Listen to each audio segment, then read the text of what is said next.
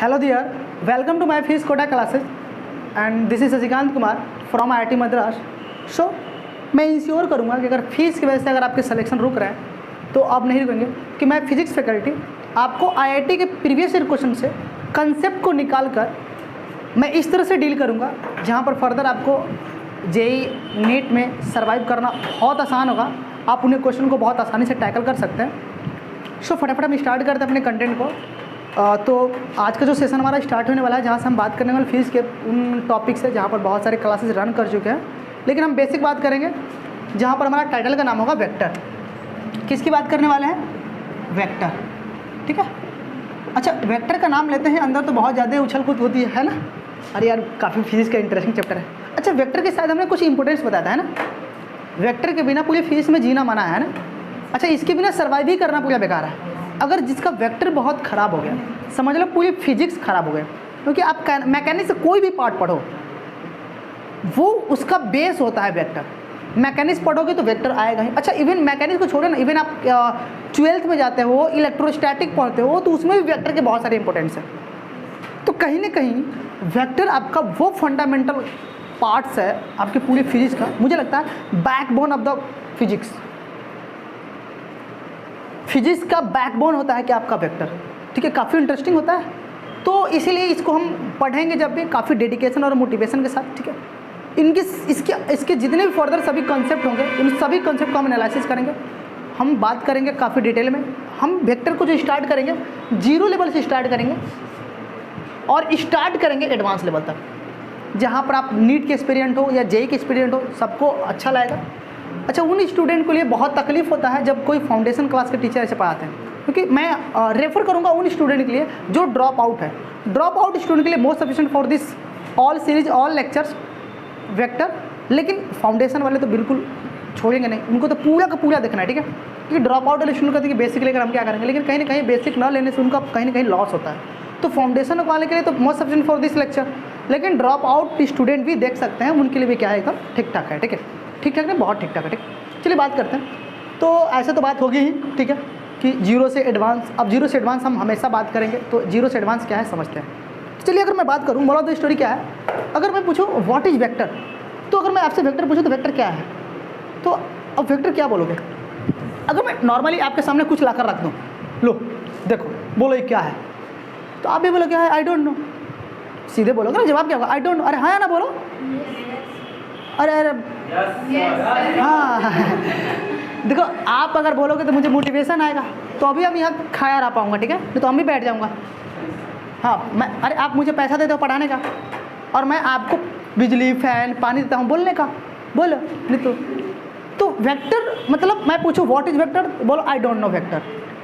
तो वेक्टर को मुझे भी पता है कि मुझे भी नहीं पता क्या वेक्टर है, ठीक है, तो मुझे भी नहीं पता है, आपको नहीं पता है। तो वेक्टर को समझने के लिए कुछ हम कॉन्सेप्ट क्रिएट करा हुआ है, कुछ फंडामेंटल ऐसे एग्जाम्पल बनाया हुआ है जहाँ पर हम वेक्टर को शायद आसानी से समझ पाएँ, ठीक है। तो बात करते हैं फटाफट वेक्टर है क्या।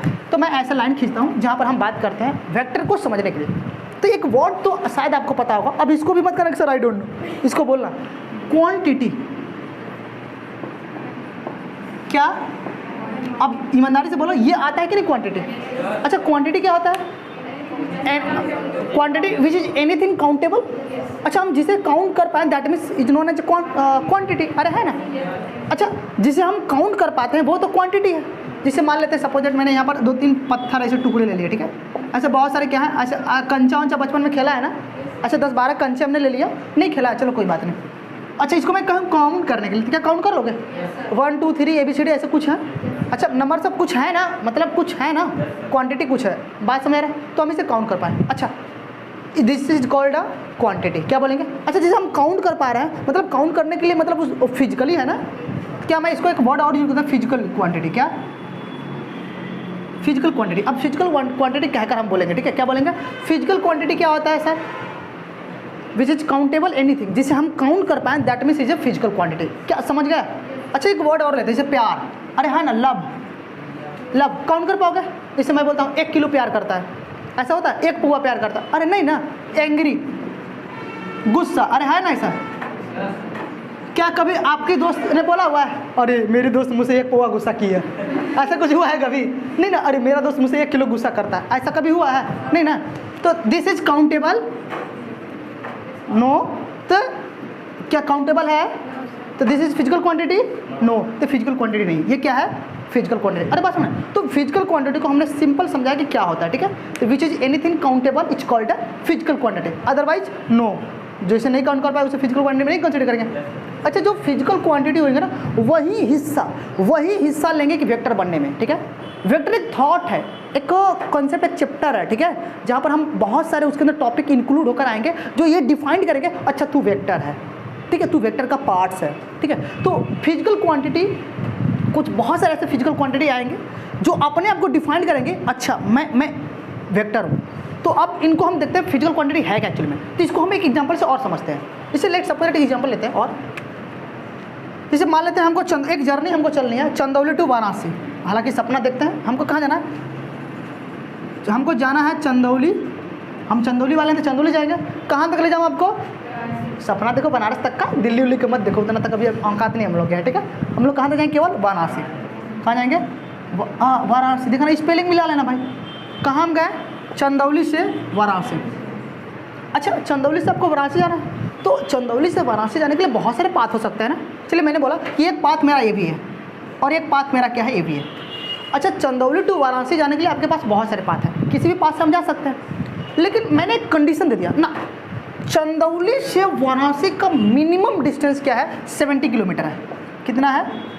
70 किलोमीटर मिनिमम डिस्टेंस है। अरे क्या मैंने बोला? Chandauli to Varanasi minimum distance कितना? 70 किलोमीटर। तो इसका मतलब क्या? इस कंडीशन को लगाते हैं ये समझ में आया, अच्छा चंदौली से वाराणसी मिनिमम डिस्टेंस 70 किलोमीटर है, मतलब मिनिमम डिस्टेंस 70 किलोमीटर। क्या इस बात को आप पकड़ोगे जाने के लिए? इस बात को पकड़ोगे? जो सबसे मिनिमम डिस्टेंस जो 70 वाला पाथ होगा उसी को पकड़ेंगे। तो मतलब एक फिक्स हो गया कि नहीं हो गया कि नहीं, हमको इसी दिशा में जाना है। अच्छा, मिनिमम वर्ड लगाने से क्या आप इधर से जाओगे घूमकर? क्या इधर से जाओगे घूमकर? ना, केवल इसी पाथ से जाओगे। तो इसका मतलब कुछ ऐसे फिजिकल क्वांटिटी है जिन्हें कंप्लीट करने के लिए, जिनका रिजल्टेंट हमें पता करने के लिए कुछ डायरेक्शन भी इंपॉर्टेंट है ना। मतलब ये पाथ, उसका डायरेक्शन फिक्स नहीं है। ये जो फिजिकल क्वांटिटी है हमें, जो यहाँ से यहाँ तक पहुँचने के लिए बात हो रही है, 70 किलोमीटर जो मिनिमम मैंने बताया, this is a physical quantity, है ना। अच्छा, एक मिनिमम लगाते एक पर्टिकुलर डायरेक्शन फिक्स हो गया। अच्छा, मिनिमम डिस्टेंस लगाते हैं ये फिक्स हो गया कि हमें न इधर से जाना है ना हमें इधर जाना है, हमें सिर्फ यही रास्ता पकड़ना है। मतलब हमारा एक रास्ता क्या हो गया? फिक्स हो गया। हमारा एक रास्ता क्या हो गया? फिक्स हो गया। बात समझ में? अच्छा, थोड़ा सा और समझने के लिए हम एक और एग्जाम्पल और लेते हैं, थोड़ा सा मस्त वाली बात हो रही है, ठीक है? चलिए, मैं एक और बॉक्स बनाता हूँ और मैं यहाँ पर 3 kg लेता हूँ, ठीक है? ये क्या है? 3 kg कुछ होगा, 3 kg कुछ भी हो सकता है, एनीबडी कोई भी क्वांटिटी हो सकती है। और नीचे मैंने 2 kg लिया, ये 2 kg भी कुछ भी क्वांटिटी हो सकती है। अच्छा, मैं बोलूँ इनको दोनों को ऐड करना है, तो और 3 kg और 4 kg, एक बॉक्स में 3 kg और क्या है? 4 kg है, ठीक है? इन दोनों को अगर मैं पूछूँ इन दोनों का मैग्नीट्यूड कितना होगा? एक क्वांटिटी है 3 kg का और एक क्वांटिटी क्या है? 2 kg का। तो मैं पूछूँ इन दोनों का मैग्नीट्यूड कितना होगा? तो इनका मैग्नीट्यूड सिंपल हम क्या बोलेंगे? 5 kg। अरे है ना, बोलेंगे नहीं बोलेंगे? बोलेंगे 5 kg। अच्छा, अरे हाँ ना। अब मैं थोड़ा सा बात को डालता हूँ, मैं कहूँगा ना, मैं 3 kg को यहाँ नहीं रखूँगा, मैं 3 kg को यहाँ रखता हूँ और 2 kg को यहाँ रखता हूँ, है ना। तो 3 kg यहाँ और 2 kg यहाँ। तो अगर इन दोनों को मैं अगर ये पूछूं कि अब इनका मैग्नीट्यूड बताओ, 3 kg को मैं यहाँ से यहाँ कर दिया और 2 kg को मैं यहाँ से यहाँ कर दिया, तो अब इसका मैग्नीट्यूड बताओ। तो इसका मैग्नीट्यूड कितना होगा? अरे 5 kg रहा ना। अरे हाँ ना, 5 kg रहा ना। क्या इस थ्योरी ने आपसे क्वेरी किया कि तू हमें यहाँ कहाँ ऐड किया? ना ना। क्या इसने 2 बोला आपसे और तू यहाँ से हमको यहाँ लेकर कहाँ ऐड किया? ऐसे बोला किसने? इसका मतलब कुछ ऐसे फिजिकल क्वांटिटी आपके सामने आएंगे जिन्हें हम सिंपल अलजेब्रिक मेथड से ऐड कर सकते हैं। मतलब कुछ ऐसे फिजिकल क्वांटिटी आएंगे जिन्हें कोई डायरेक्शन की नीड नहीं है, केवल उनके पास मैग्नीट्यूड होगा। देखो, क्या इनको कोई डायरेक्शन की नीड है कि नहीं? तू मुझे इस डायरेक्शन में कहने ऐड किया, तू मुझे इधर कहने किया, तू इधर कैसे कर दिया? Magnitude will be same. आप किसी भी डायरेक्शन में कर रहे हो, इनको ऐड करो, अरे है ना, इनका मैग्नीट्यूड सेम ही हमेशा आएगा, 3 2 का हमेशा सेम ही आएगा, किधर रखकर करो, है ना। तो मतलब कुछ ऐसे फिजिकल क्वांटिटी आएंगे जिन्हें डायरेक्शन की कोई नीड नहीं है, केवल उनके पास क्या होगी? मैग्नीट्यूड। और this physical quantity is known as a scalar quantity. और ऐसे फिजिकल क्वांटिटी को हम क्या बोलते हैं? Scalar quantity. अरे बात समझ में आ गई? तो शायद आपने समझ लिया कि व्हाट इज स्केलर क्वांटिटी। अच्छा, थोड़ा सा एग्जाम्पल को मैं चेंज करता हूँ। मैंने कहा कि ना हम ऐसा एग्जाम्पल लेते हैं, जैसे मैंने कह रहा है एक हमारे पास क्या है, बॉक्स है, दिस इज बॉक्स, इसके पास कुछ मास रहा होगा, ठीक है, ऐसा ब्लॉक है, ठीक है। अच्छा, मैंने इसके ऊपर F फोर्स लगाया, ऐसे F फोर्स ऐसे लगा, फिर जितना फोर्स मैं इधर से लगा रहा हूँ उतना ही फोर्स मैं अपोजिट डायरेक्शन में लगा रहा हूँ। तो अब बताओ इस ब्लॉक पर जो नेट रिजल्टेंट आएगा वो कितना आएगा? 0, क्योंकि किसी ब्लॉक पर इक्वल एंड अपोजिट अगर फोर्स लगता है तो आने वाला नेट रिजल्टेंट कितना होगा? 0 होगा। अब सिचुएशन में बदलता हूँ, अब इसी फोर्स को मैं ऐसे लगा रहा हूँ, F फोर्स मैं ऐसे लगा रहा हूँ, और जितना फोर्स मैं लगा रहा हूँ, E वाला फोर्स, एक फोर्स ऐसे लगा रहा था, फिर इस वाले फोर्स को मैंने ऐसे कर दिया। भाई इनका डायरेक्शन में इनके बीच में जो फोर्स लगा, भाई इस ब्लॉक पर ये जो दोनों फोर्स लगा रहे थे इनके बीच का डायरेक्शन अपोजिट था, और इनके बीच का एंगल क्या था? 180 था ना। अरे है ना, जब दो लोग एक दूसरे के अपोजिट वर्क करते हैं तो कैसे एंगल उनके बीच का 180 होता है ना। अब इन दोनों को मैंने क्या करते हैं, एक ही डायरेक्शन में लगा दिया और पैरेलली इस पर करूँगा लगाओ फोर्स, तो इनके बीच का एंगल क्या होगा? 0 डिग्री हुआ ना, एंगल तो 0 डिग्री हुआ ना। अब ये दोनों इक्वल फोर्स है, अब इक्वल फोर्स इस पर लगा रहा है, तो अब इसका नेट रिजल्टेंट क्या वही रहेगा जो पहले वाले ब्लॉक का था? कुछ तो बदलेगा ना, रहा है ना। तो इसका मतलब कुछ ऐसी फिजिकल क्वांटिटी होंगी जो इस बात पर भी डिपेंड करेंगे कि आप मुझे किस एंगल पर, मतलब कुछ ऐसे फिजिकल क्वांटिटी होंगे जो इस बात पर भी डिपेंड करेंगे कि आप मुझे किस एंगल पर उसके ऊपर फोर्स लगा रहे हो। मतलब उनको ऐड करने के लिए कुछ स्पेशल लॉ की ज़रूरत होगी। मतलब वो डायरेक्शन पर डिपेंड करेंगे, कुछ एंगल पर डिपेंड करेंगे, और स्पेशल कुछ लॉज पर डिपेंड करेंगे। अब स्पेशल लॉ क्या हम बाद में बात करेंगे, ठीक है। कुछ स्पेशल लॉ पर डिपेंड करेंगे, और this physical quantity is known as a vector quantity. कौन सी क्वांटिटी? Vector quantity. बात समझ में आएगी नहीं? तो इसका मतलब हमने दो चीज़ सीखा। फिजिकल क्वांटिटी क्या होता है? विच is anything countable is called a physical quantity. Of physical quantity there are two types. Now first vector quantity and scalar quantity. अब scalar quantity वो quantity होती हैं, scalar quantity वो quantity होती हैं जिन्हें सिर्फ क्या डायरेक्शन की नीड ना हो लेकिन उसके पास सिर्फ मैग्नीट्यूड हो, और वेक्टर क्वांटिटी वो क्वांटिटी होती हैं जिनके पास डायरेक्शन भी हो, मैग्नीट्यूड भी हो, और कुछ सम स्पेसिफिक एंगल लॉज को भी फॉलो करते हो, कुछ सम स्पेसिफिक लॉज को भी क्या करती हो? फॉलो करते हो, कुछ सम स्पेशल लॉ को भी क्या करती हो? फॉलो करती हो, ठीक है। तो वैसे क्वांटिटी को हम लोग बोलते हैं वेक्टर क्वांटिटी। इसका मतलब मैंने वेक्टर की क्या बात करा, अब वेक्टर की हमने दो तरह से बात करेंगे।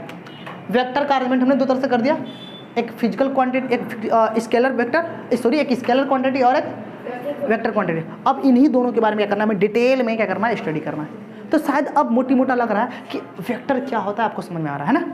नहीं समझ में आ रहा अभी? अरे अभी मतलब वेक्टर क्या होता है अभी समझ में ना? तो मैं पूछूं व्हाट इज वेक्टर, कहीं ना कहीं डिफाइन नहीं कर पाओगे, लेकिन इतना केबल हो गया कि समझ गया नहीं वेक्टर क्या होता है। मतलब समझ में तो आ गया ना, कि मतलब फील आ गया कि नहीं वेक्टर होता क्या एक्चुअली में, ठीक है। भले डिफिनीशन ना आए उससे क्या फ़र्क पड़ता है, कौन सा मैं आइंस्टीन न्यूटन बनाए भी डिफिनीशन पढ़कर नहीं। अच्छा डिफिनीशन पढ़कर थोड़ा आइंस्टाइन न्यूटन बनते हैं, ठीक है। अरे हमारे नीट में डिफिनीशन थोड़ा पूछेगा, महसूस होना चाहिए तू कहना क्या चाह रहा है, ठीक है, बस फीलिंग आना चाहिए। तो मुझे लगता है कि हमने सारा बातें कह दिया।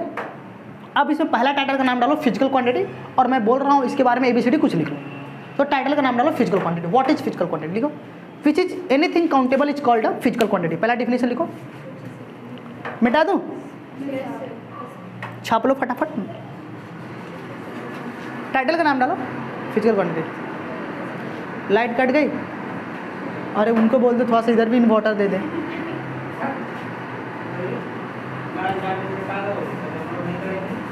हो गया? मिट बोलो, टाइटल का नाम डालो फिजिकल क्वांटिटी। अच्छा फिजिकल क्वांटिटी के बारे में बात करते हैं। फिजिकल क्वांटिटी टाइटल का नाम क्या डाला आपने? लिखो इसके बारे में, विच is anything countable is called a physical quantity. अरे हाँ ना, चलो मिटा देता हूँ, मिटा दूँ? हमने देखा कि पहला हमने वर्ड सीखा फिजिकल क्वांटिटी, ठीक है। शायद आपने फिजिकल क्वांटिटी लिया। अब पहली फिजिकल क्वांटिटी पढ़ते हैं कि आपने स्केलर, कौन सी? Scalar quantity. पहली फिजिकल क्वांटिटी क्या अपनी है? स्केलर। दूसरी कौन सी फिजिकल क्वांटिटी बनी? वेक्टर। कौन सी बनी? वेक्टर ही बनी ना।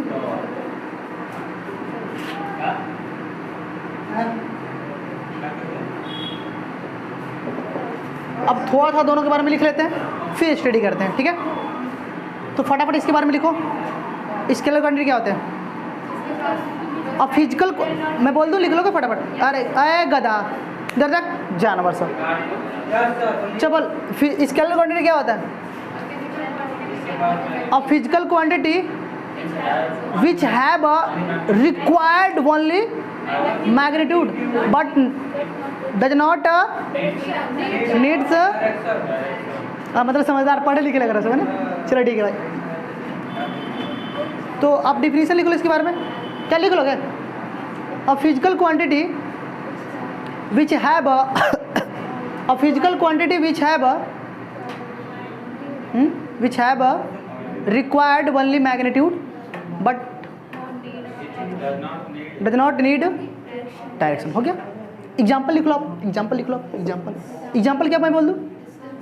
डिस्टेंस, बोलो स्पीड। अच्छा स्पीड, ETC, अरे लिख लो ना, अरे बहुत सारे होंगे ETC लगाना, सही है। अच्छा वेक्टर क्वांटिटी लिखो दुनिया वालों, वेक्टर क्वांटिटी लिखो। अब a physical quantity which have a required magnitude as well as a particular direction and follow that some specific vector addition law, ठीक है। समझ में ये बात है? एग्जाम्पल लिख लो फटाफट आप लोग। एग्जाम्पल में क्या रहेगा? डिस्प्लेसमेंट और वेलोसिटी, फोर्स, ऐसे कुछ लिख लो। ABCD ETC लगा दो। हाँ कोई बात नहीं, समझ में आ रहा है सबको? अब इसके बाद तो समझ रहा, नहीं तो खाली फालतू बात है, ठीक है। अच्छा थोड़ी सी बात कर लेते हैं, मिटा दो। अच्छा वेक्टर की बात हो गई, मतलब समझ गए हम लोग सर स्केलर क्वांटिटी या वेक्टर क्वांटिटी क्या होता है। तो हम इसमें एक का टाइटल डालते हैं और ईमानदारी से पढ़ते हैं, ठीक है। तो बात करें हम लोग, अब चलिए तो सर वेक्टर के बारे में थोड़ा बहुत बेसिक सीख लिया। सर वेक्टर क्या होता है अंडरस्टैंडिंग कर लिया, उसके डिफिनीशन से वेक्टर का मीनिंग अब समझना स्टार्ट कर दिया हम लोग, ठीक है। अच्छा वेक्टर का हमने एज अ किताबी ज्ञान समझा, डिफिनीशन वाइज, है ना, ऐसे पाया ना कि मतलब लैंग्वेज वाइज समझा कि ये चीज़ होता है। लेकिन अगर मैं कहूँ इसे, मतलब अगर मुझे देखना हो geometrical as alphabetical as mathematical तो कैसे रिप्रेजेंट करेंगे, ठीक है। तो हम अब इसकी बात करते हैं कि सर इसे अगर मुझे वेक्टर कैसे दिखता, कैसे शकल कैसा, फेस कैसा है, तो उसको हम देखते हैं। तो बात करते हैं पहला, कौन सी बात करते हैं? पहली बात करते हैं इसमें हम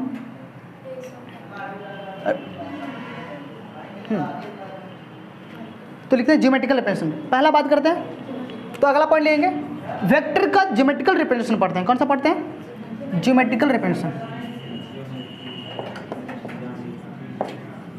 ज्योमेट्रिकल रिप्रेजेंटेशन और वेक्टर का ज्योमेट्रिकल रिप्रेजेंटेशन क्या होता है, चीज़ों को समझते हैं। अगर मैं इसका ज्योमेट्रिकल रिप्रेजेंटेशन की बात करूं तो क्या होता है, तो इसका ज्योमेट्रिकल रिप्रेजेंटेशन क्या होता है, उसको हम लोग बोलते हैं एरो। क्या बोलते हैं? ज्योमेट्रिकल रिप्रेजेंटेशन क्या होता है? एरो। अच्छा एरो होता है कैसे एक्चुअली में? यूं। क्या होता है? यूं। अब इसके बारे में थोड़ा सा पढ़ लेते हैं। अच्छा जो आगे वाला होता है ना, इसका नाम बहुत सुंदर है, कपार, मतलब हेड। अरे हेड भाई, अंग्रेजी बोल देता हूँ, हेड। अच्छा पीछे वाला क्या होता है? पूंछ, मीन्स टेल। क्या होता है? टेल। अच्छा इस एरो की अपनी खुद की कुछ लंबाई भी होगी? अरे हाँ है ना, इसको लंबाई को मैं एल से रिप्रेजेंट करता हूँ। क्या है? लंबाई क्या है? एल। अच्छा इस लंबाई को हम लोग, जो एल है ना एरो की, इसको बोलते हैं मैग्नीट्यूड। इसी को क्या बोलते हैं हम लोग? मैंने क्या बोला समझा? मैंने इस एरो के बारे में 3 बात समझा है। पहली बात है इसके इसके पास एक हेड होता है और एक टेल होता है, और इस एरो की जो लेंथ होती है उसी लेंथ को हम लोग बोलते हैं मैग्नीट्यूड। इसका मतलब इनडायरेक्टली आप ये समझाना चाह रहे हो सर, जितना बड़ा एरो उतना ज़्यादा मैग्नीट्यूड। इसका मतलब इसका मैग्नीट्यूड इसके लेंथ के डायरेक्टली प्रोपोर्शनल होगा, है ना। जितना मैग्नीट्यूड उतना लेंथ, मतलब जितना लेंथ उतना मैग्नीट्यूड। अरे है ना, ऐसी बात चलेगी ना छोटी छोटी। चलो कोई बात नहीं, ढंग से भी सीख लेंगे आगे, बस ऐसे मोटी मोटी बात कर रहे हैं। अच्छा इसमें एक और बात सीख लेते हैं। ये जो एरो होता है ना, एरो, इस एरो का भी कुछ काम है, ऐसे नहीं है दुनिया में, इसका भी कुछ काम है। इसका काम होता है डायरेक्शन को बताना। क्या बताना? इसका काम क्या होता है? डायरेक्शन बताना। इसका काम क्या होता है? क्या समझ रहे हो आप लोग? मतलब बेसिक बात आ रही है ना। अच्छा थोड़ी बहुत बात करेंगे अभी एरो के बारे में। आपने क्या क्या सीखा? सर एरो के पास हेड होता है, टेल होता है, और एरो की जो लेंथ होती है उस लेंथ को हम बोलते हैं मैग्नीट्यूड। क्या बोलते हैं? मैग्नीट्यूड। अच्छा एरो का जो हेड होता है उसका काम होता है डायरेक्शन को बताना। उसका क्या होता है? डायरेक्शन को डिफाइन करा, है ना। अच्छा इसका एक और रिप्रेजेंटेशन होता है। ये तो कौन सा रिप्रेजेंटेशन हुआ? ये कौन सा रिप्रेजेंटेशन हुआ? ज्योमेट्रिकल रिप्रेजेंटेशन हुआ, कौन सा? अब इसका हम अल्फाबेटिकल रिप्रेजेंटेशन देखते हैं, कौन सा? Alphabetical representation. तो अल्फाबेटिकल रिप्रेजेंटेशन क्या होता है?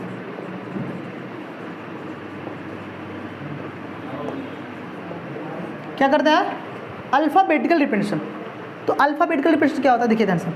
तो कोई भी अल्फा ले लीजिए, कोई भी ABCD का कोई भी लेटर ले लीजिए। मैंने ए ले लिया, अच्छा, ये अल्फा कोई अल्फाबेटिकल लेटर है। अब इस किसी भी अल्फाबेटिकल लेटर के कपार पे आपने ऐसा एरो लगा दिया, क्या लगा दिया? तो ये उसी दिन से क्या हो गया? वेक्टर हो गया। क्या हो गया? अरे बात समझ में आ रही है? अच्छा, मैं पूरा फिजिक्स पढ़ा लेता हूँ, बाद में कुछ गधे ऐसे आते हैं, पढ़े लिखे गधे, सर इस एरो का मतलब आप बताए नहीं। अच्छा, कुछ तो ऐसे आए मुझे, मैंने पूछा सर इस एरो का मतलब, मैंने पूछा पिछले वाले क्लास में कि एरो का मतलब क्या होता है? सर डायरेक्शन को बताना। तो वो पढ़ लिए गधे हैं। इस एरो में दोनों में डिफरेंस है। इस एरो का हेड बताता है डायरेक्शन, बस किसी अल्फ़ाबेटिकल लेटर के कपार पे अगर चल गया एरो तो उसका मतलब ये नहीं होता है कि डायरेक्शन किधर होगा, उसका मतलब होता है सिर्फ कि तू भैया वेक्टर है। इसका मतलब क्या होता है? ये सिर्फ ये साबित करेगा कि तू वेक्टर हो गया, ये डायरेक्शन नहीं बताता है। क्या? ये डायरेक्शन नहीं बताता है, ठीक है? बात समझ रहे हो ना?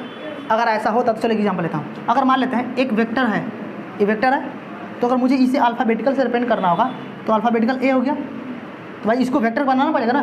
क्या एरो जिधर ए जा रहा उधर ऐसे लगाएंगे, है ना? अरे भाई एरो तो अपना ऐसे ही लगेगा ना, इसको इससे क्या फ़र्क है? तो डायरेक्शन को नहीं रिप्रेजेंट करता, ये केवल बताता है कि तू भी वेक्टर है, ठीक है?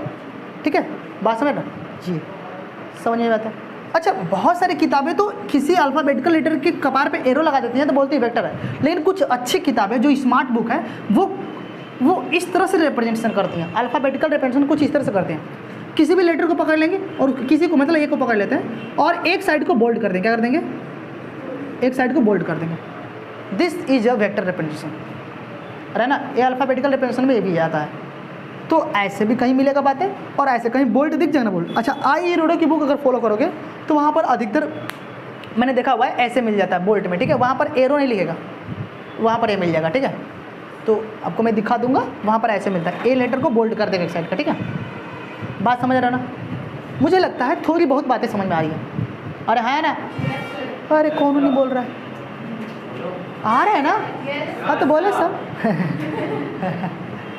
चलो ठीक है, कोई बात नहीं, जो अच्छा लग रहा है छाप लो, बाकी मिटा देता हूँ। मतलब अच्छा ही नहीं लग रहा इसमें, मिटा दूँ ना?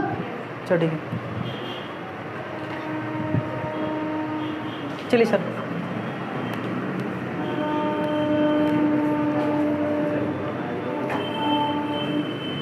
क्या आपने ज्योमेट्रिकल रिप्रेजेंटेशन समझा, अल्फ़ाबेटिकल रिप्रेजेंटेशन समझा? पर अभी इसमें एक चीज़ रह गया, मैग्नीट्यूड, उसको हमने अच्छे से नहीं समझा। चलिए मैं बात करता हूँ थोड़ा सा मैग्नीट्यूड पर। मान लेते हैं हमें मैग्नीट्यूड ऑफ वेक्टर की है। अब ए वेक्टर का मुझे मैग्नीट्यूड बताना है। क्या बताना है? तो कैसे बताएंगे? मुझे अगर मैग्नीट्यूड बताना है किसी ए वेक्टर का तो हम कैसे बात करेंगे इसके बारे में? तो देखिए किसी भी वेक्टर का अगर मैग्नीट्यूड बताना है तो एक मैथमेटिकल कुछ ऑपरेटर है। क्या है? कुछ मैथमेटिकल ऑपरेटर है जिसका नाम है मॉडुलस। अगर हम उसको देखिए, एक इसी function, this is a modulus. ये मॉडुलस का है, एक ऐसा मैथमेटिकल ऑपरेटर है जो किसी वेक्टर के अगर दोनों साइड आ गया, दैट मीन्स वो उसका मैग्नीट्यूड हो गया। तो अगर मुझे ए वेक्टर का अगर मैग्नीट्यूड बताना है तो इस मॉडुलस फंक्शन के अंदर डाल दीजिए उसको। क्या डाल दीजिए? This modulus function is a mathematical operator and this operator gives always positive value. कौन सी वैल्यू? Positive value. तो आपने इस मॉडुलस फंक्शन के बारे में क्या सीखा?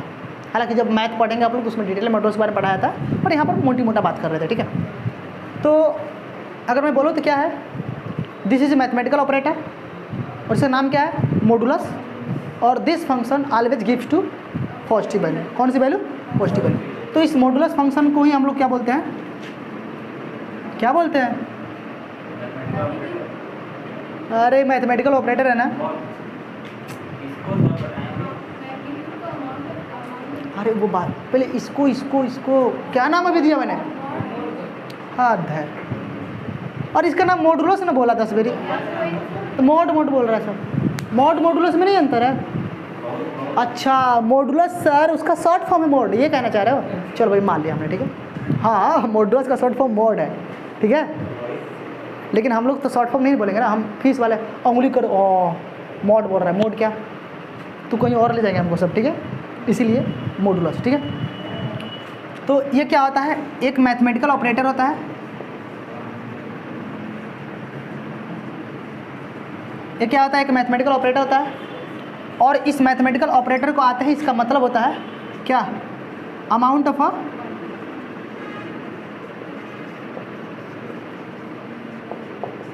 क्वांटिटी। बात समझ कि नहीं समझा? तो मैग्नीट्यूड का ओरिजिनल मीनिंग क्या है, अमाउंट ऑफ अ क्वांटिटी। क्या है, अमाउंट ऑफ क्वांटिटी। मैग्नीट्यूड, किसी वेक्टर का मैग्नीट्यूड निकाला मतलब उसके अमाउंट ऑफ क्वांटिटी, मतलब क्या, अमाउंट ऑफ क्वांटिटी, उसके पास कितनी अमाउंट है, ठीक है। और इसका काम क्या होता है, इस मॉडुलस फंक्शन काम होता है always gives a positive value. कौन सी वैल्यू, इसका काम होता है ऑलवेज गिव्स पॉजिटिव वैल्यू, और मतलब क्या है, इसका मतलब होता है अमाउंट ऑफ क्वांटिटी, कितना अमाउंट ऑफ क्वांटिटी है, ठीक है। बस समझ ना, एक मैथमेटिकल ऑपरेटर होता है जिसे हम देखिए यही मैग्नीट्यूड होता है, ठीक है, इसी को हम बोलते हैं, ठीक, ऐसे लिख देता हूँ, वैसे लिख देता हूँ। अच्छा, बहुत सारी किताबें ऐसे भी लिखती हैं, अगर किसी ए वेक्टर के सर पर से अगर मैं डायरेक्शन ही हटा दूँ, सिर्फ ऐसे लिख दूँ, इसका भी मतलब होता है मैग्नीट्यूड। क्या होता है, तो ये दोनों ही क्या है, इंडिकेट कर रही है मैग्नीट्यूड, इस वेक्टर का ये दोनों ही क्या है, मैग्नीट्यूड है। This term it's part of a magnitude of this vector, नहीं, तो इस वेक्टर का ये दोनों क्या है, मैग्नीट्यूड है। आप ऐसे दिखाओ इसके, इस वेक्टर का मैग्नीट्यूड, या आप ऐसे दिखाओ, बात क्या है, दोनों बराबर है। तो बहुत सारे अच्छे टीचर्स किसी वेक्टर का मैग्नीट्यूड ऐसे भी दिखाते हैं और ऐसे भी दिखाते हैं, ठीक है। तो ये वाला जो फंक्शन है, इसका नाम है मॉडुलस। क्या नाम होता है, एक मैथमेटिकल ऑपरेटर होता है जिसका इसका काम होता है कि मैग्नीट्यूड, मतलब इसका मतलब होता है अमाउंट ऑफ क्वांटिटी, क्या, कितनी अमाउंट ऑफ क्वांटिटी है, इसका काम होता है always gives the positive value. क्या आपने समझा इस सब बात? तो ठीक है, मुझे लग रहा है आप समझ रहे हो ना, मुझे लगता है यहाँ तक समझ में आ गया। मैं मिटा दूँ, चलो ठीक है, आगे थोड़ी सी बात कर ले। अरे हाँ है ना, बोलो सब, लगता है खा पी कर आए नहीं है, मैं ही तक तो खा पी कर पढ़ा रहा हूँ।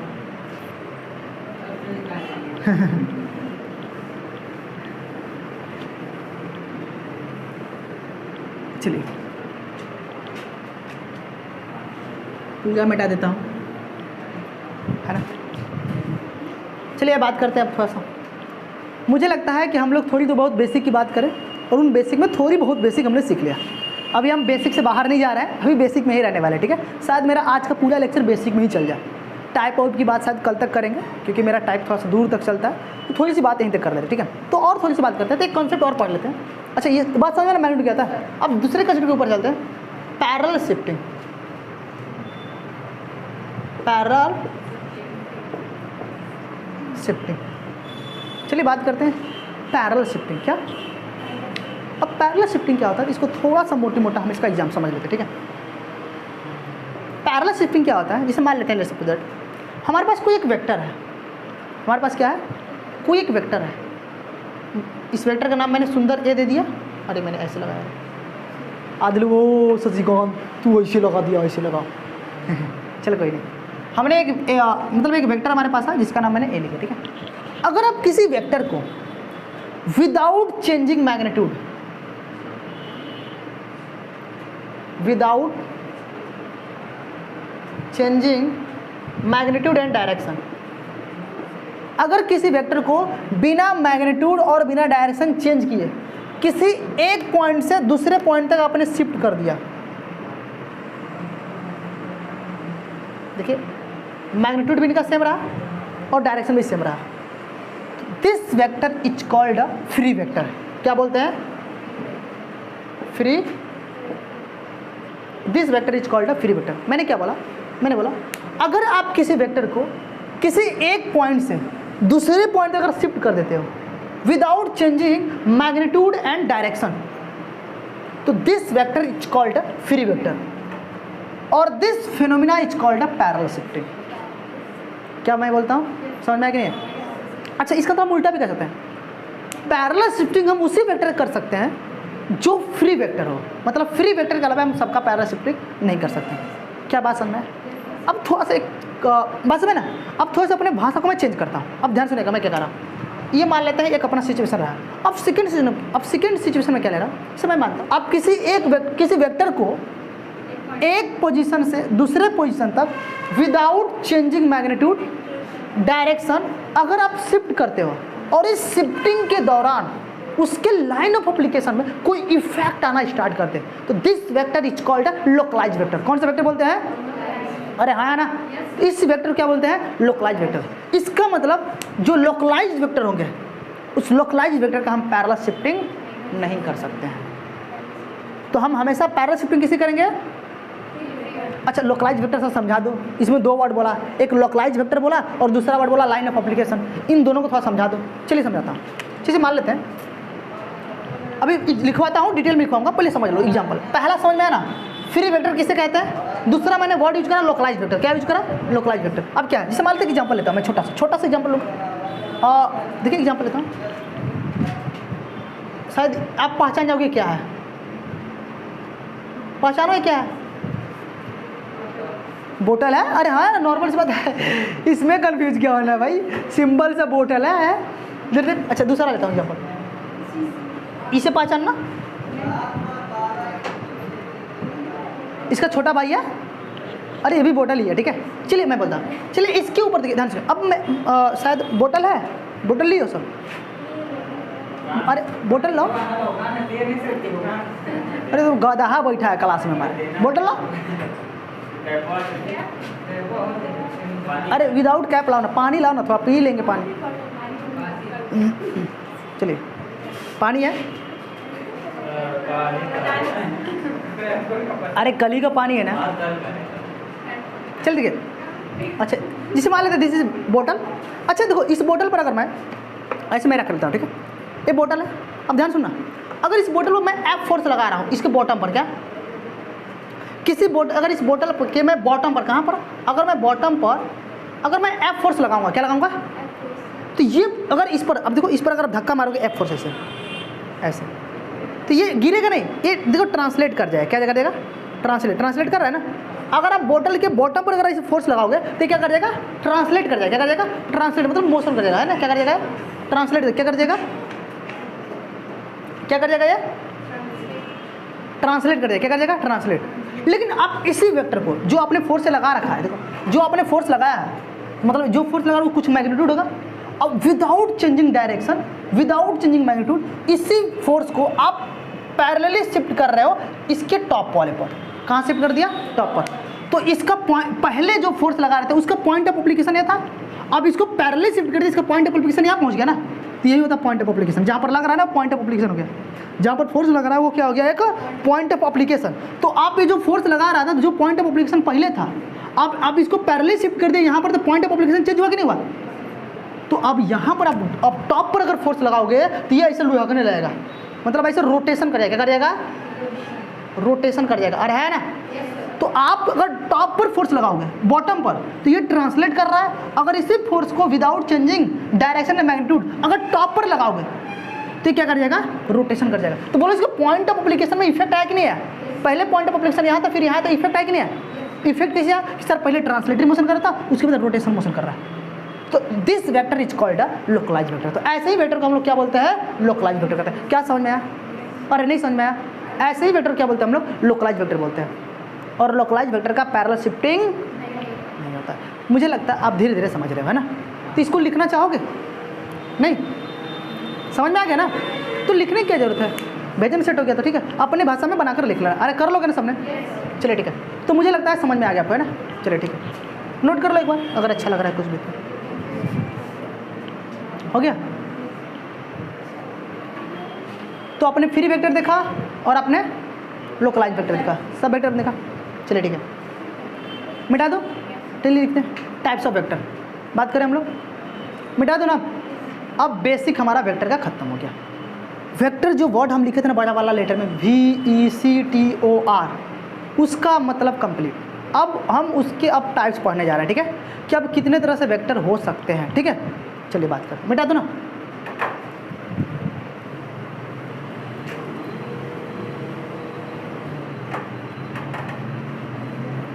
पैरेलल शिफ्टिंग एक ऐसा कॉन्सेप्ट है विदाउट आप सर्वाइव नहीं कर पाओगे पूरे वेक्टर में।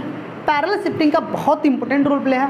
अगर हम क्या पढ़ेंगे, अगर हम दो वेक्टर के बीच में अगर एंगल फाइंड करते हैं, ठीक है, तो भी पैरेलल शिफ्टिंग की रिक्वायरमेंट होगी। और ऐसे तो बहुत सारे एडिशन हम पैरेललोग्राम लॉ पढ़ेंगे, एडिशन लॉ पढ़ेंगे, तो वहाँ पर भी इसकी इंपॉर्टेंस है कहीं ना कहीं, ठीक है। इसलिए मैंने पैरेलल शिफ्टिंग कॉन्सेप्ट को पहले बता दिया, ठीक है। अच्छा, पैरेलल शिफ्टिंग कॉन्सेप्ट पढ़ते पढ़ते आपने 3 चीज़ सीख लिया, लोकलाइज वेक्टर क्या होता है और फ्री वेक्टर क्या होता है, ठीक है, और पैरेलल शिफ्टिंग किसकी होती है, ठीक है, सीख लिया आपने। चलिए अब टाइटल का नाम डालते हैं जहाँ पर आपको बहुत अच्छा लगता है, टाइप्स ऑफ वेक्टर। किसकी बात करते हैं? Types of vector. किसकी बात करते हैं हम लोग? Types of vector. चलिए बात करते हैं। हाँ, तो फटाफट मुझे लगता है कि आप लोगों को थोड़ी बहुत आती है मैथ, फिजिक्स। अरे हाँ है ना, अरे टाइप्स ऑफ वेक्टर आती है ना। चलो बोलिए, मैं पहला टाइप्स ऑफ वेक्टर की बात करता हूँ। चलिए, तो टाइप्स ऑफ वेक्टर बहुत सारे हैं, हम एक एक वेक्टर का लिस्ट बनाते चल रहा है और पढ़ते चल रहा है। तो पहला वेक्टर लिखिए आप लोग, टाइटल का नाम डालिए इक्वल वेक्टर। कौन सा वेक्टर? Equal vector. कौन सा वेक्टर? फटाफट लिखो, इक्वल वेक्टर। देखो, मेरा पढ़ाने का एक ही मोटिव होता है कि मैं थोड़ा सा इंटरेक्टिव वे में पढ़ाता हूँ, कि मैं हमेशा चाहता हूँ कि मेरी 1 घंटे की क्लास में गधा हो या थोड़ा समझदार हो, उसका पूरा का पूरा कॉन्सेंट्रेशन बोर्ड पर से हटे ना। टीचर की काबिलियत सबसे बड़ी इसी में होती है कि सामने वाले स्टूडेंट का ध्यान अपने तरफ एकत्रित किया रहे और कहीं हटने ना दे, बस ये। नहीं तो टीचर्स आएंगे, ऐसा लगता है कि अपने बेबी झगड़ा कर आ रहे हैं, वो खुद ही ऐसे स्ट्रेस में रहेंगे कि सामने वाला जो स्टूडेंट रहेगा ना, वो कन्फ्यूज रहेगा सर सही पढ़ा रहा है ना, चलो भाई। तो आधे का दिमाग उनकी तरफ रहेगा, आधे उधर उधर घूमते रहेगा रोड पर। तो अपना वैसा वाला फंडा नहीं है। हम कोशिश करते हैं सबका ध्यान पूरे अपने बोर्ड पर खींच रहे हैं। इसलिए थोड़ा सा जो लेक्चर हम शूट करते हैं या जो भी हम वीडियो बनाते हैं, इंटरेक्टिव होता है कि थोड़ा सा बच्चे क्यूरियोसिटी जाएगा अंदर उनकी, तो क्यूरियोसिटी आए कि नहीं हम पढ़ सकते हैं, सीख सकते हैं, ये चीज़ था। चलिए, तो इक्वल वेक्टर लिख लेते फटाफट। चलिए, इक्वल वेक्टर, तो सभी लोग इक्वल वेक्टर क्या होता है बोलो फटाफट। वेक्टर है by equal magnitude and same direction, it's called equal vector. लिख लेते हैं, vector have a equal magnitude and same direction, it's called a equal vector। हो गया। एग्जांपल लेते हैं, जिसे मान लेते हैं दिस इज वेक्टर, ठीक है। देखो, एक वेक्टर, ये वेक्टर ए है, इन वेक्टर क्या है बी है, ठीक है। दोनों वेक्टर क्या है? इक्वल है, इनका डायरेक्शन भी एक तरफ है और मैग्नीट्यूड भी सेम है। This is example of equal vector. हो गया। चलिए, इसके बाद क्या है? हो गया। सेकंड लिखते हैं, जो इसमें नया लगेगा वो लिख लेना, ठीक है, जो नया लगेगा लिख लेना। अगला बात करते हैं अपोजिट वेक्टर। सेकंड में क्या है? Opposite vector. अपोजिट वेक्टर की बात करें तो अपोजिट वेक्टर को हम एक नाम से और बोलते हैं नेगेटिव वेक्टर। क्या बोलते हैं? Negative vector. क्या बोलते हैं? Negative vector. अच्छा, नेगेटिव वेक्टर क्या होता है समझते हैं इस चीज़ को। तो अपोजिट वेक्टर में क्या होता है? Same to same equal vector का ही डिफरेंस होगा। Vector have equal magnitude and opposite direction. क्या? And opposite direction. बात समझ आएगा ना? जैसे एग्जांपल लेते हैं हम लोग, एक वेक्टर हमारा हो गया, ठीक है, ये वेक्टर है और दूसरा वेक्टर क्या है? ये है। ये दोनों वेक्टर का मैग्नीट्यूड क्या है? इक्वल है और डायरेक्शन क्या है? अपोजिट है, ठीक है। एग्जांपल छाप लो आप लोग। अच्छा, अगर मुझे बात करो, इसे मान लेते हैं हमारा वेक्टर क्या है? ए बी है, ठीक है। मैं इधर से इधर चल रहा हूँ और एक वेक्टर क्या है? हमने बी से ए चला। क्या चला? क्या चला? ऐसे बी से ए चला। तो ये क्या है? ये है ए बी वेक्टर, ए से बी चला, और ये क्या है? बी ए वेक्टर, मतलब बी से ए चला, है ना। ये दोनों इक्वल है भाई, इनका मैग्नीट्यूड इक्वल है ना, मतलब तो कैसे इक्वल लिखेंगे?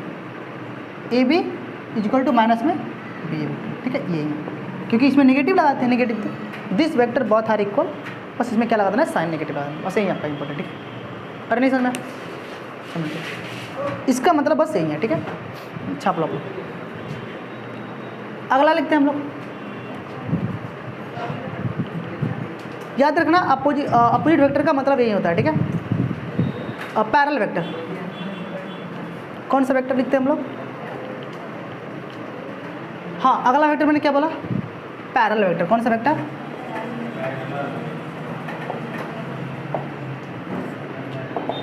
पैरेलल वेक्टर क्या होता है?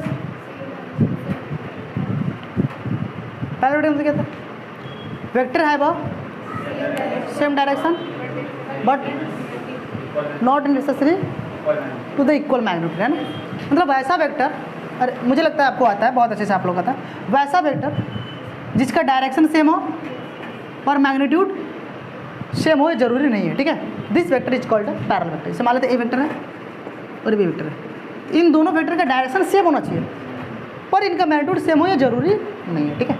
तो लिख देते हैं वेक्टर है वो same direction but not need to necessary equal magnitude. अरे हाँ है ना, चाहिए, लिख लो फटाफट। अगला लिखते हैं फटाफट, जल्दी स्पीड में थोड़ा बढ़ते हैं। अच्छा, पैरेलल वेक्टर तो लिखते हैं anti parallel vector. Anti parallel इसका अपोजिट कर लोगे? मैं मान लूँ कर लोगे? चलो अगला लिखते हैं हम लोग। अरे मान लो ना, चलो coplanar vector.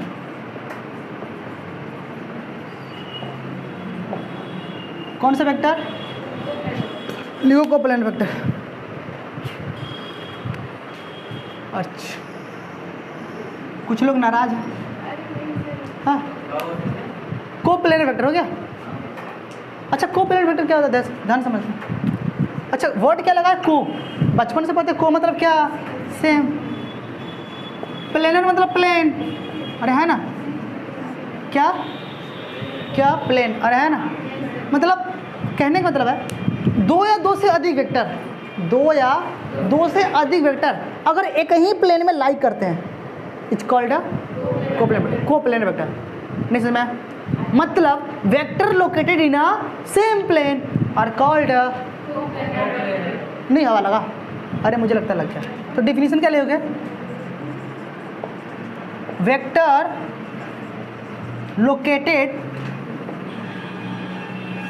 In same plane are called a coplanar vector. अरे लिख लोगे? छाप लो, आसान है। पीछे बतिया रहा है सर, अरे गलत, कुछ पढ़ ले मन लगा कर। तो मैंने क्या बोला? Vector located in a same plane are called coplanar vector. अच्छा, इसमें कुछ नोट पॉइंट लिख लेते हैं। नोट पॉइंट क्या है? Two vector always coplanar vector. क्या? टू वेक्टर ऑलवेज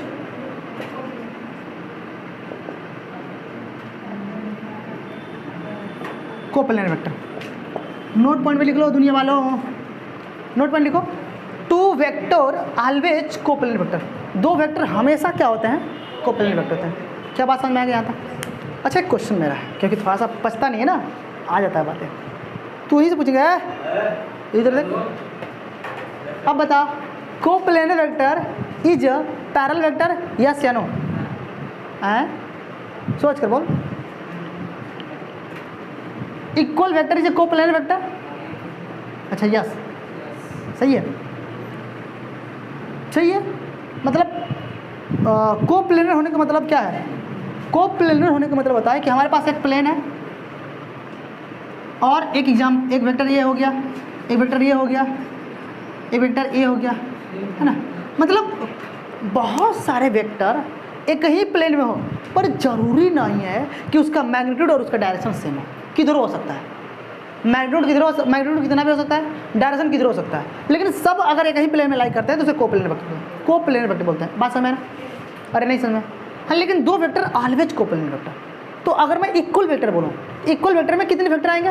दो वेक्टर आएंगे, तो equal vector always coplanar vector, अरे है ना, बोल सकते हैं। लेकिन अगर मैं बोलूँ कोप्लेनर वेक्टर, क्या इक्वल वेक्टर होंगे? नहीं। तो coplanar vector is equal vector, तो बोलोगे नो, नहीं ना। ऐसे छोटे मोटे क्वेश्चन हमको बना लेना पड़े, कोई दिक्कत? चलिए लिखिए, को इनिशियल वेक्टर। को इनिशियल वेक्टर मैं फटाफट लिख देता हूँ। को इनिशियल क्या होता है, क्योंकि आपका टाइप से मन नहीं लग रहा है, मुझे पता है कि आप किस में आना चाहते हो, ठीक है। बात करते हैं को इनिशियल वेक्टर। कौन सा? कोई इनिशियल वेक्टर क्या होता है, बोल दो एक बार, आप बोल रहे थे कोई इनिशियल वेक्टर क्या होता है, कोई इनिशियल वेक्टर क्या होता है, बोलो, हाँ बोलो, अरे कोई इनिशियल वेक्टर क्या होता है, मतलब अरे बोलो, ओरिजिनेट फ्रॉम फिक्स पॉइंट, मतलब किसी फिक्स पॉइंट से ओरिजिनेट हो रहा है तो क्या है, कोई इनिशियल, मतलब एक ही पॉइंट से ओरिजिनेट होने वाले बहुत सारे वेक्टर को हम कोई इनिशियल वेक्टर कह सकते हैं। आ रहा है ना, नहीं समझ में, मतलब जैसे मान लेते हैं एक वेक्टर है यहाँ से ऐसे ऐसे, आ रहा है ना, सब देखिए ए वेक्टर है, बी वेक्टर है, सी वेक्टर है, एक ही पॉइंट से सब लोग ओरिजिनेट हो रहे हैं ना, तो दो या दो से अधिक वेक्टर अगर एक ही पॉइंट से ओरिजिनेट हो रहा है, that means this vector is called a coinitial vector. अच्छा, कोइनिशियल वेक्टर के साथ साथ एक और वेक्टर था, कॉन्करेंट वेक्टर। कौन सा, कॉन्करेंट वेक्टर। कॉन्करेंट वेक्टर क्या होता है, अगर दो या दो से अधिक वेक्टर एक ही पॉइंट से अगर पास हो रहा है, जैसे मान लेते एक पॉइंट है, इस पॉइंट से वेक्टर यू पास हुआ, एक वेक्टर यू पास हुआ, ऐसे मतलब बहुत सारे वेक्टर अगर एक ही पॉइंट से पास हो रहा है, this vector is called a concurrent vector. क्या बात समझ में आ गई, चलिए समझ लोगे, लिख लोगे, किताबों में छपे रहते हैं, छाप लेना, मिटा दो इसे, चलो ठीक है। अब बात करते हैं कोलिनियर वेक्टर। क्या, कोलिनियर वेक्टर।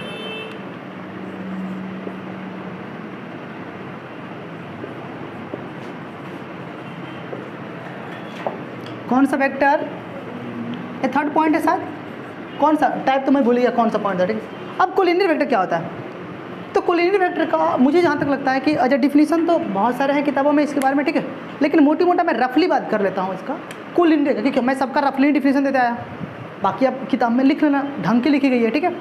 बहुत सारे का ढंग का लिख दिया, बहुत सारे का नहीं लिखता हूँ, लेकिन कोलिनियर का मैं ढंग का डिफिनीशन लिखूँगा, ठीक है। अब इसमें बहुत सारे डिफिनीशन हम इसको बोल सकते हैं। अब मैं एक एग्जांपल से अगर समझाऊँ, तो अगर मैं पूछूँ नॉर्मली, मैं स्टूडेंट से पूछता हूँ बताओ क्या कोलिनियर वेक्टर का एग्जांपल है, तो अधिकतर स्टूडेंट इसका आंसर ना ही देते हैं। अब मैं उम्मीद करता हूँ आप यस दो, क्योंकि मैंने बोल दिया ना तो आप यस दो, ठीक है। ये वेक्टर ये है और एक वेक्टर क्या है आगे भी है। एग्जाम्पल नंबर फर्स्ट और एग्जाम्पल नंबर सेकंड लेता हूँ। एक वेक्टर ऐसे ए है और एक वेक्टर क्या है ऐसे बी है। अब इन दोनों वेक्टर में अगर मैं पूछूं कौन सा कोलिनियर वेक्टर एग्जाम्पल है, तो मोस्टली स्टूडेंट आंसर देते हैं फर्स्ट वाला और सेकंड वाला नहीं देते हैं। लेकिन स्पेशली मैं बता दूं आपके लिए कि दोनों ही कोलिनियर वेक्टर क्या है एग्जाम्पल है, दोनों वेक्टर क्या है कोलिनियर एग्जाम्पल है। तो कोलिनियर का अगर डिफिनीशन बहुत अच्छे से क्लियर होगा तो हम उसका एग्जाम्पल भी अच्छे से टैकल कर सकते हैं, ठीक है। तो बोथ आर एग्जाम्पल और कोलिनियर वेक्टर, ठीक है। तो क्या समझ में आता है, इसका डिफिनीशन लिख लेते हैं। देखो डिफिनीशन में थोड़ा सा गौर करो, फोकस करो, पीछे वाला है। देखो मैंने क्या बोला, two vector acting along a straight line is called a collinear vector. मतलब दो वेक्टर अगर एक ही स्ट्रेट लाइन में क्या कर रहे हैं, लाइक कर रहे हैं, दैट मीन्स उसे कोलिनियर बोलेंगे।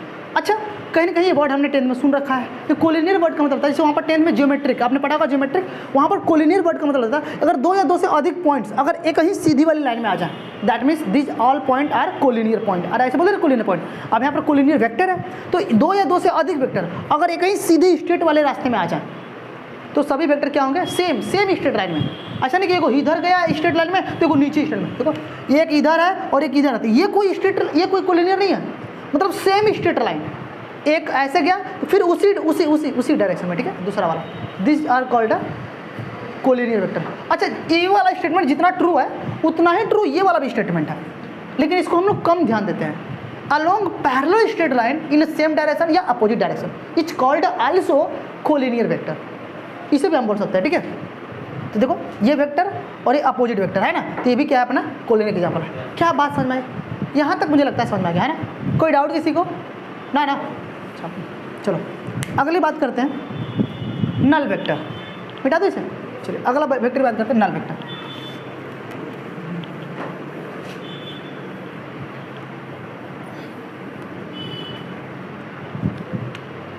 अगला वेक्टर लिखेंगे जो भी हो, मुझे पॉइंट तो भूल गए। नल वेक्टर, अच्छा नल वेक्टर का सुंदर नाम और है जीरो वेक्टर। क्या है जीरो वेक्टर। अब नल वेक्टर जीरो वेक्टर का मतलब क्या होता है, वेक्टर है भाई जीरो मैग्नीट्यूड। अगर किसी वेक्टर का मैग्नीट्यूड ही क्या हो जाए, this vector is called a zero vector. तो मैंने क्या बोला, अगर किसी वेक्टर का मैग्नीट्यूड क्या हो जाए, जीरो हो जाए, this vector is called a zero vector. क्या लिखोगे, वेक्टर है वो zero magnitude is called a zero vector. अरे है ना, कर लोगे। एग्जाम्पल दो, तो एग्जाम्पल एक तो एग्जाम्पल आप लोग जैसे मान लेते हैं, एग्जाम्पल क्या होगा इसका, दिस इज वेक्टर ए और एक वेक्टर और है माइनस ए वेक्टर, ठीक है। इन दोनों का मैं सम करूंगा तो कितना आंसर आएगा, जीरो आएगा, ठीक है, जीरो वेक्टर। अरे हाँ ना। अच्छा, अगर कभी भी एक बात याद रखना, किसी दो वेक्टर का सम पॉसिबल है पर डिफरेंट पॉसिबल नहीं है, लेकिन अगर किसी दो वेक्टर का अगर सम करोगे तो उसका आने वाला रिजल्टेंट ऑलवेज वेक्टर होगा। मैंने क्या बोला, किसी दो वेक्टर का सम आने वाला जो रिजल्टेंट होगा वो क्या होगा, ऑलवेज वेक्टर होगा। तो अगर इन दोनों वेक्टर का मैंने सम किया तो आने वाला जो रिजल्टेंट होगा वो क्या होगा, जीरो नहीं होगा, जीरो वेक्टर होगा। सर लगाना पड़ेगा, इसके वेक्टर लगाना पड़ेगा। अगर कभी अगर मान लेते हैं, अगर मैंने ऐसे लिखा, अगर बट अगर मैंने ऐसे कभी लिख दिया a प्लस माइनस a, अगर मैंने ऐसे लिख दिया और इज इक्वल टू मैं जीरो लिख दिया तो ये इक्वल नहीं है, ठीक है, वो उसके इक्वल नहीं है। ये लगाना पड़ेगा, ये वाला ट्रू है और ये वाला क्या है, गलत है। बात समझ रहे हो ना, क्या समझ में आया? तो अभी तक से हम लोगों ने जितने भी वेक्टर्स पढ़े काफ़ी सुंदर सेशन रहा, काफ़ी अच्छे से हमने समझा सभी चीज़ को एक बारीकी से, नहीं किसका क्या मीनिंग है। लेकिन अभी तक से हम लोगों ने जो वेक्टर पढ़ा उस सारे वेक्टर का माई बाप अभी बचा है। हाँ, नहीं समझा है? अरे अभी सबका माई बाप बचा है, ठीक है। वो ये इकलौता ऐसा वेक्टर है जिसका दुनिया में कोई मतलब नहीं है, लेकिन सबका माई बाप बना हुआ है। एग्जाम्पल समझाता हूँ। जैसे मान लेते हैं आप चेस खेलते हो, चेस में राजा होता है, राजा मतलब लंगड़ा होता है, किंग। क्या वो कुछ करता है? वो खाली उसको सारे लोग बचाते हैं, लेकिन उसका कोई काम है? लेकिन अगर वो नहीं रहे तो क्या होगा, चेस ही खत्म हो गया, है ना। उसी तरह से जो माई बाप आने वाला है उसका रहना बस इम्पोर्टेंट है, पर उसका कोई मतलब नहीं है, ठीक है। अगर वही नहीं रहा तो समझ ले खत्म के, वेक्टर ही खत्म। तो वेक्टर पूरी उसी पर ही डिपेंड है। तो माई बाप सुनने में अच्छा लग रहा है ना, चलो क्या माई बाप होने वाला है। चलिए बात कर लेते फटाफट, ठीक है। मेरा तो हाँ, आप उत्तेजित मत हो, आप उसके बारे में जानते हो, अच्छे से जानते हो। वैसे मैंने माई बाप नाम लेकर डरवा रहा है आपको, ठीक है। जो वेक्टर आने वाला है उसका नाम है यूनिट वेक्टर। कौन सा वेक्टर? Unit vector. काफ़ी मस्त इसके बारे में बात करने वाले हैं हम। वहाँ तक बात करेंगे जहाँ तक किताबें नहीं बोलती हैं। हाँ, किताबें बहुत कम बोलती हैं इसके बारे में, लेकिन हम थोड़ा सा ज़्यादा बोलेंगे, ठीक है, क्योंकि हम टीचर्स हैं और हम ज़्यादा बोलेंगे तभी लड़के ज़्यादा खुश होंगे, अच्छा सर ने ज़्यादा बोला। चलिए इसके बारे में क्या क्या हम बोलने वाले हैं पहली बात करते हैं। तो पहला हमने बोला कि ये सबका माई बाप है, तो इसका क्या क्या बात करता है। यूनिट वेक्टर का काम होता है केवल डायरेक्शन को स्पेसिफाई करना। किसी भी वेक्टर के डायरेक्शन को स्पेसिफाई करना वो होता है यूनिट वेक्टर का काम। किसका काम होता है? Unit vector. तो डायरेक्शन क्या करता है? स्पेसिफाई करता है ना। दूसरा इसका काम होता है, इसका दूसरा काम होता है इसका मैग्नीट्यूड। इसका मैग्नीट्यूड केवल यूनिट वेक्टर का जो मैग्नीट्यूड होता है वो क्या होता है? 1 होता है। क्या होता है? 1 होता है। अच्छा, तीसरा जो पॉइंट बहुत कम किताबें, तीसरा जो पॉइंट मैं लिख रहा हूँ बहुत कम किताबें बात करती हैं, इस यूनिट वेक्टर के पास कोई खुद का यूनिट नहीं होता है। और सॉरी, ये क्या बोल दिया आपने? हाँ, यूनिट वेक्टर के पास खुद का अपना यूनिट नहीं होता है, मतलब ये यूनिट लेस है। यूनिट को तो समझते हो ना, जैसे मतलब मैंने फोर्स लगाया तो फोर्स क्या होता है? न्यूटन में, तो 10 न्यूटन लग रहा है, तो इसके पास एक यूनिट है ना। पर यूनिट वेक्टर के पास कोई यूनिट नहीं होता है। बात को समझ गया? मैं लिख दूँ यहाँ पर, तो नो यूनिट। अरे है ना। तो इन सारे पॉइंट को हम एक बार अंग्रेजी में लिख लें ढंग से। हैप्पी, क्या समझ गए ना सारे पॉइंट को? क्या है, थोड़ा सा इसको लिख देते हैं, ठीक है। तो मतलब यूनिट वेक्टर का मतलब क्या होता है?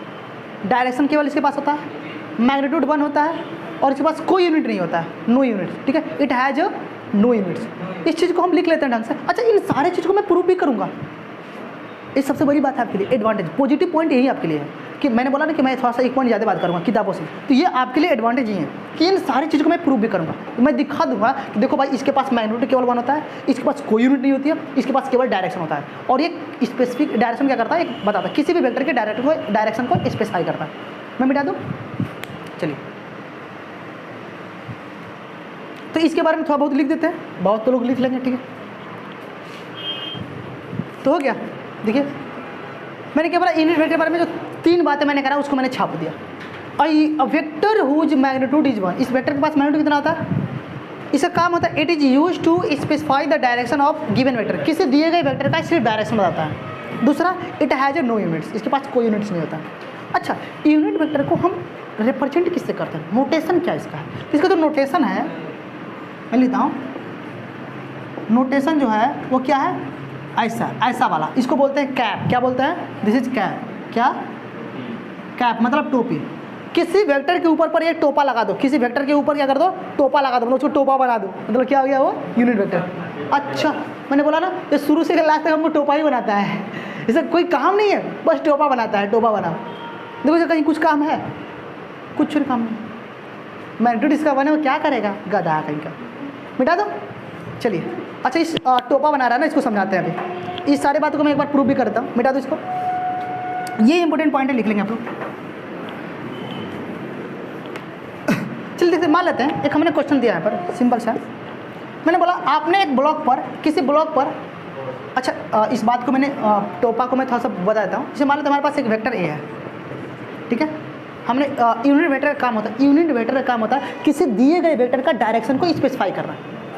तो मैंने बोला कि मेरे पास एक वेक्टर है, बताओ इसका यूनिट वेक्टर क्या होगा। तो इसका यूनिट वेक्टर निकला होगा तो पहले एक कैप लगाएंगे और फिर इसी वेक्टर को हम ऐसे लिखेंगे और इस वेक्टर के मैग्नीट्यूड से क्या करेंगे, डिवाइड कर देंगे। This is called a unit vector.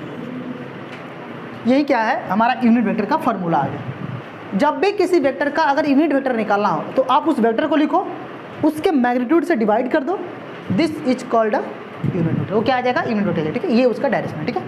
चलिए क्वेश्चन करते हैं, बात समझ आ गई है। चलिए क्वेश्चन करते हैं। मैंने बोला कि हमने एक एफ फोर्स है, एफ फोर्स मान लेता है 10 न्यूटन का एफ फोर्स लग रहा है टुवर्ड नॉर्थ, ठीक है। मैंने बोला हमने किसी ब्लॉक पर 10 न्यूटन का फोर्स लगाया टुवर्ड नॉर्थ, मतलब 10 न्यूटन का फोर्स लगाया नॉर्थ के डायरेक्शन में। तो अब बताओ इसका यूनिट वेक्टर क्या होगा, यूनिट वेक्टर ऑफ एफ, इस वेक्टर का, इस एफ वेक्टर का यूनिट वेक्टर क्या होगा।